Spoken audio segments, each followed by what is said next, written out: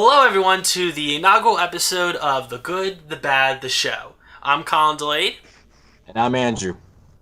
and today on our inaugural episode, while normally we would be doing movie reviews of the latest blockbusters, it turns out not a lot is getting released nowadays with the coronavirus completely changing our way of life, not only by movies, but more importantly, life, the lives of others, businesses, the economy. But seeing how we are a movie review show, we're going to stick to the movies aspects of it.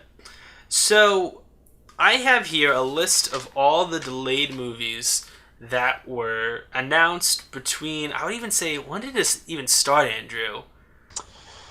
I think this started actually probably I think beginning of March or late February, because it began with James Bond getting delayed. Yes. Yeah. So No it Time to began Die. with that, and We'll then it get went to into that. Quiet Place. Yeah. I have the list of when it was originally supposed to come out, if there's been new release dates, what they plan on doing with them, and so on. But Andrew, you're completely right. This all started with No Time to Die getting delayed all the way to from its April 10th release date all the way to a November 25th release date, which is normally when Bond comes out, is around the November time slot. But when that came out, that was a big deal to a lot of us because we were like, whoa, like a big movie released because of the coronavirus.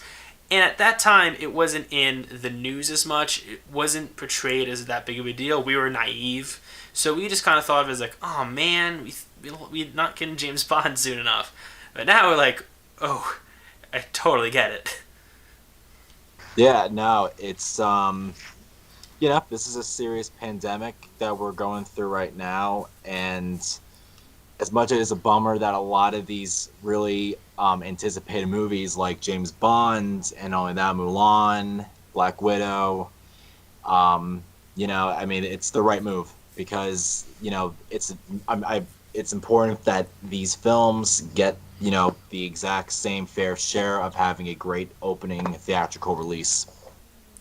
I totally agree. Well, you know what? Let's just get into it. What I'm here. We're gonna go from original release dates, not when they're gonna come out now, but when they were supposed to come out, and we'll go from there. We'll do it month by month for the most part, and we'll see at what point do you think that they're jumping the gun a little bit? Do you think they are being cautious? Do you think they're being a little too cautious? We'll see. Yeah. So starting off with this month, March. This month we would have been getting A Quiet Place 2, honestly last weekend on March 20th. This movie Blue Story, I haven't heard much about it. That was also supposed to come out next week. And then finally, like you said, Mulan was supposed to come out this weekend on March 27th. Yeah, with my family and I were planning to see that this Friday. Yeah, it's Good crazy. thing I did not get the tickets for that. Because I know, we were thinking right? about that 2 weeks ago. Should we get the tickets for Milan? I was like, I don't know. Because I don't know Yeah, what's happening with this whole pandemic. so obviously with the world shut down, those three, it's an obvious reason why. There's no argument there. It was a smart choice. To move Especially that. for a movie like Mulan that has an all Asian cast in it. They got to make this. They want this to make this a really big deal. Yeah. And, rightfully so. So with aside from Blue Story, as we can't really talk much about it, with Quiet Place 2 and Mulan, both of them have not received a new release date yet. When do you if you had to be the executive, Andrew, to put a new release date on these movies, where do you think they would best be to come out now? I mean, it's tough because now they just pushed back Wonder Woman in August. Yeah, So I don't think it's worth we'll get putting. to that. I don't know if Mulan should be released in August or July. I mean, I almost want to feel like maybe they should just push it back to next year. I mean, it's a tough call because you got fall movies you got other fall movies coming out now, such as James Bond. I mean, Mulan could actually, I think, maybe be released in December. I think I don't know if there's any big movies coming out in December because there's no Star Wars anymore coming out in December. I don't think because I feel like maybe that would be a good release date for one. Maybe I mean you can maybe push it there. Quiet Place, you can put it in Halloween, put it in October. I see A Quiet Place kind of fitting into where like early September, kind of where It Chapter 1 and 2 came out, because I think that would be the prime spot for it, because it's like yeah, I think that would be a great spot for it. So we have those. I agree with you. I think Mulan, maybe not Christmas time. I think I have a better Christmas time movie that we can put that in. But for Quiet Place 2, I definitely think it should come out like the first week of September. Right. All right, so let's move on to April. Now, April is where we really get all the other delayed movies. On the April 3rd, we would have got New Mutants, Peter Rabbit 2. The Lovebirds. They're always pushing it back. On the 10th, they should just stream New Mutants. Yeah, we'll get to New Mutants. On the 10th of April, we would have got Troll 2 and No Time to Die. On the 17th, we would have got the horror movie Antlers, and on the 24th, we would have got the horror movie Annabellum. Now, you mentioned it, Andrew. New Mutants, the movie that just can't seem to get a release date. What's going to happen with New Mutants, Andrew?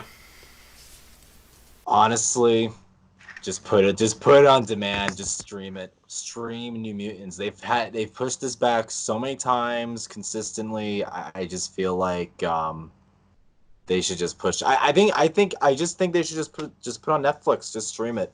Well, no, it would go on Disney Plus.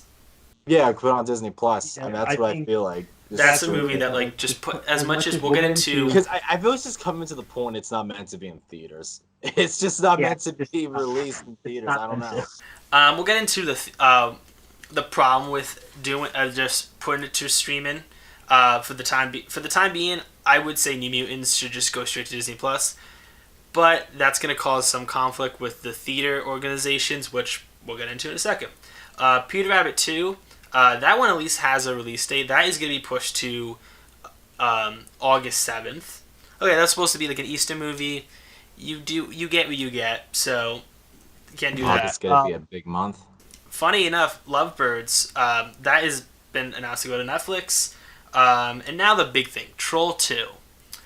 Troll 2 is the only movie where they stand their ground saying not only is it going to be in theaters, but we're going to release it on demand on the same exact day. Originally, I thought that's a pretty cool idea. It was something new, the way that we should be taking movies. We would be paying for something that would be in theaters. I thought it was pretty cool.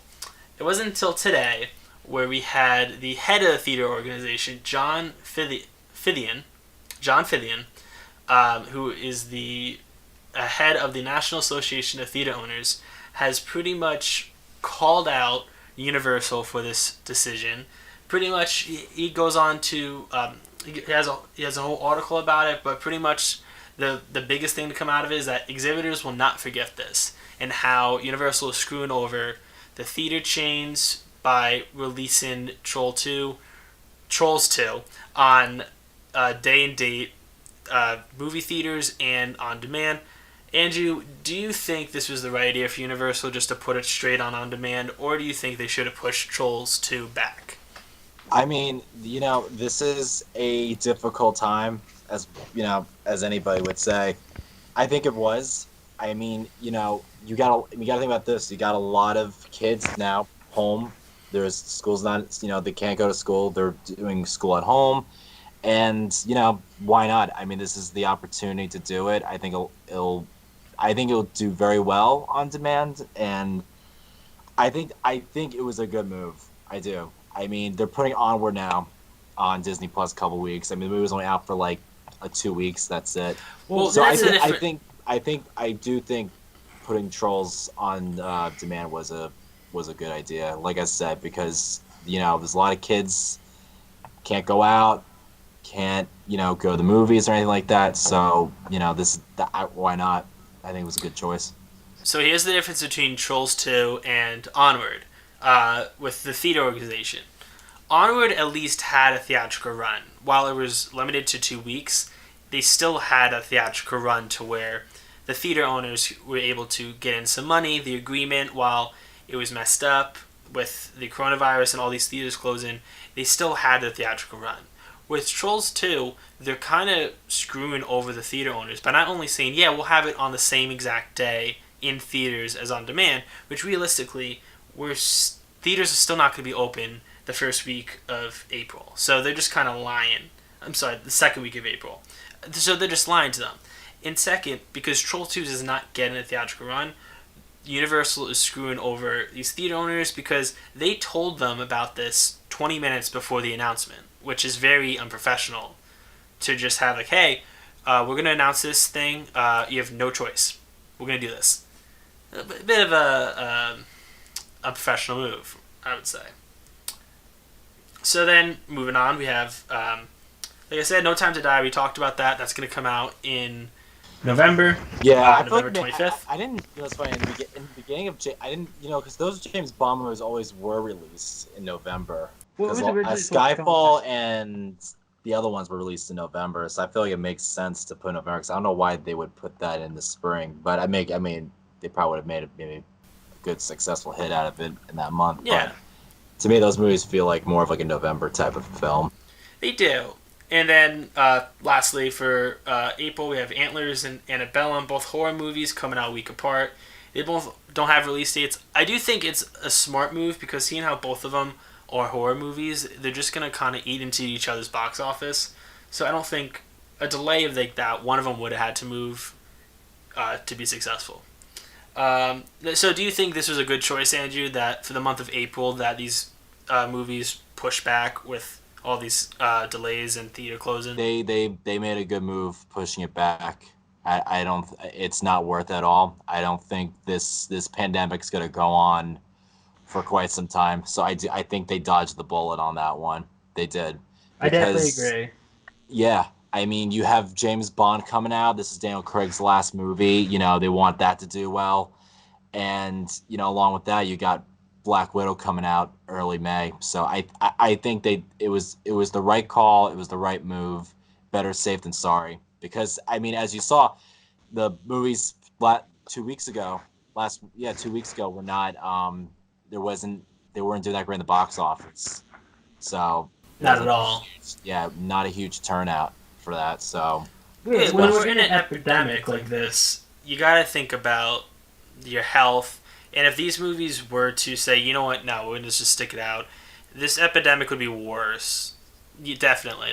Honestly, I think all these April movies, definitely great idea that you move back. Now we get into some iffy territory. Now we get into May. May is about, I would say, a month and a half away. The first week of May, we're going to get Black Widow, the new Marvel movie that literally, we haven't had a Marvel movie in pretty much almost a year like that. That got delayed. That you have a movie Run, which again I haven't heard of Run, but it's a Lionsgate movie that was supposed to come out the week after on May 8th. Does not have a release date. You have Scoob, the Scooby-Doo new animated movie that was supposed to come out the 15th. Doesn't have a release date. Spiral, the new Saw movie, the new Saw movie Reimagined, is supposed to come out the 15th. Doesn't have a release date. And then finally, you have Fast 9, which is supposed to come out the 22nd. That got pushed almost a year to April 2nd, 2021. Andrew, what are your thoughts on these delays?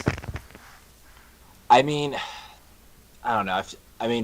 I get it. Black Widow wants, as every Marvel movie, they want it to be a smash hit. I mean, it's the first time we get a Black Widow movie, so they want to make that special. But I feel like if it was like an Ant-Man movie or anything like that, I feel like they could stream it. But that's rightfully so for Black Widow. Fast and Furious, though, I don't know. I mean, pushing it back a year for that, they could have.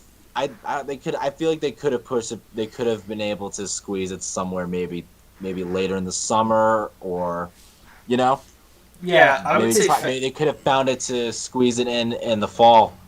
Fast 9 is the one that I have the biggest asterisks on.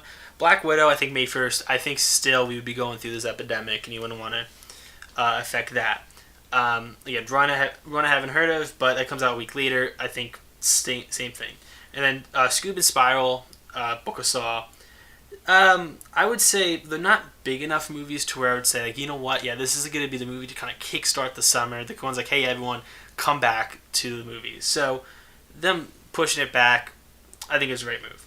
With Fast 9, I find they jumped the gun a little bit. Well, it ended up working out for them because realistically they would have just delayed it at this point. Right. A year, almost a year. I get it that the reason why they did that is because April 2nd, they already had that time slot, that release date for another Fast and Furious movie, so they just bumped that one and put it into there. But the fact that you delayed it in almost an entire year, I think is a little too much. I get they didn't do it because they're afraid we're going to still be dealing with this coronavirus in a year from now, but you could have released this in like August. And Yeah, still you would would. have been Yeah, fine. late August, September. Heck, they could have squeezed it in December maybe. Because I don't know. I don't really know what big movies are coming out in December. I have the list right here. Yeah. So far, there isn't the main ones for December, or you get the Steven Spielberg remake of West Side Story. You get the Eddie Murphy movie Coming to America, that long-awaited sequel, and then you get Dune from who's the guy that did Blade Runner? Denis Villeneuve. Yeah, so you got those three movies. As aside from maybe I would say West Side Story, that kind of fits the musical genre. Coming to America, like the comedy, and then Dune, a potential blockbuster, but you don't have that like massive like this is guaranteed to be a hit movie. I don't think Fast 9 really would have fit in a December time slot. I think there are so many. So yeah, I think Fast 9 that's a summer movie. So realistically, you can't release that in October or November. That's a big summer dumb blockbuster. I love the Fast and Furious movies, but I don't see those as like fall movies. I see those as like spring and summer. Yeah. So I kind of get it, but I still almost a year delay. Either I hope at this point they are not just keeping it on a shelf and not touching it. Maybe add some extra scenes that now you have the time you can flesh Well, out. that's the one. I guess that's the one benefit. I guess for a lot of these films that were supposed to come out this time, it gives them the opportunity to work on the post production parts of it, 100%. maybe adding scenes. You know, it's a big. I mean, that is a big way to look at that. So then finally, we're gonna as we're gonna combine June, July, and August into one because not many movies have been delayed with them. The biggest one today, they announced Wonder Woman 84 got pushed back from its June 5th release. Yeah, I was a little surprised about that one. I think again, like I said, with I was Fast surprised. 9, I was thinking about that early this week if they Yeah. were going to push it back or not. But from hearing a lot of the reports about it, I'm surprised they did. I guess they had to do it. But at least they're pushing it back until August. That's the thing, yeah. At least they have a new release. Because you need a big summer movie. I mean, we have to see what's gonna happen at the end of this. That's the problem with it. Like I'm kind of think of it as like once this epidemic passes, and obviously it will pass. Yeah. You have when. Yeah. So you need. I was thinking one. I think it's they kind of that's another one. I think they jumped on it a little too soon for Wonder Woman because I think June. It's a flip of a coin whether theaters would be open by then. Clearly, they went more safe than sorry, which I totally get it. And they also probably saved on marketing because they don't have to market the movie if they knew they were gonna push it anyway. So yeah, I can kind of respect them. So like, we have a game plan. We're gonna release it this. I respect that rather than just to be like we delayed it for indefinitely. Like some information, like maybe like just a month or something. Like okay, for Black Widow we're thinking of these two dates, or I don't know. Then continuing on, we have the another musical, In the Heights. That movie, I was devastated to hear it got delayed. Yeah, that was a devastating supposed to come out June 26th. That doesn't have a release date. That one, I find, I Originally, I was gonna say you should release In the Heights for Christmas, What about but West Side Story? yeah, West Side Story. I totally forgot about West Side Story. So I don't know, man. Again, we keep saying August, but like by like July, like late July, that I would say probably for In the Heights. When's Tenet coming out? Is that late July or is that mid July? I think that's mid July. Okay. I mean, by a week, but still, like I think it could be In the Heights. It's a musical. It has its own demographic. It's not like something like with if Wonder Woman came out near Tenet, the both Warner Brothers movies, it's gonna eat into each other's box office. Within the Heights, I think you could release that anytime in the summer, and I'd still think it would be a hit because people who are gonna see In the Heights, they want to see a big budget Lin-Manuel Miranda's musical. Well, that's the thing. I mean, they gotta be careful when they're putting that out because unfortunately for some of these musicals, it's always interfering with the big blockbuster movie. Because if they want to, it's the question of, of where they want to put In the Heights, and how well they want to do it. When you got a whole bunch of other blockbuster films getting pushed back. I mean, if they can manage to put in this summer.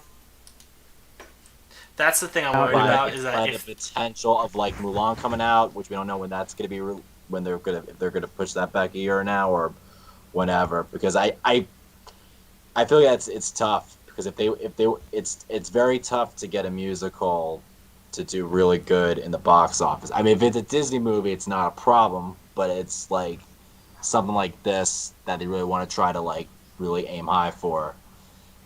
They got to be really cautious where they want to put that because this is good. This is gonna be aggravating now too for a lot of studios of them trying to squeeze it in this year or just having to just wait till next year.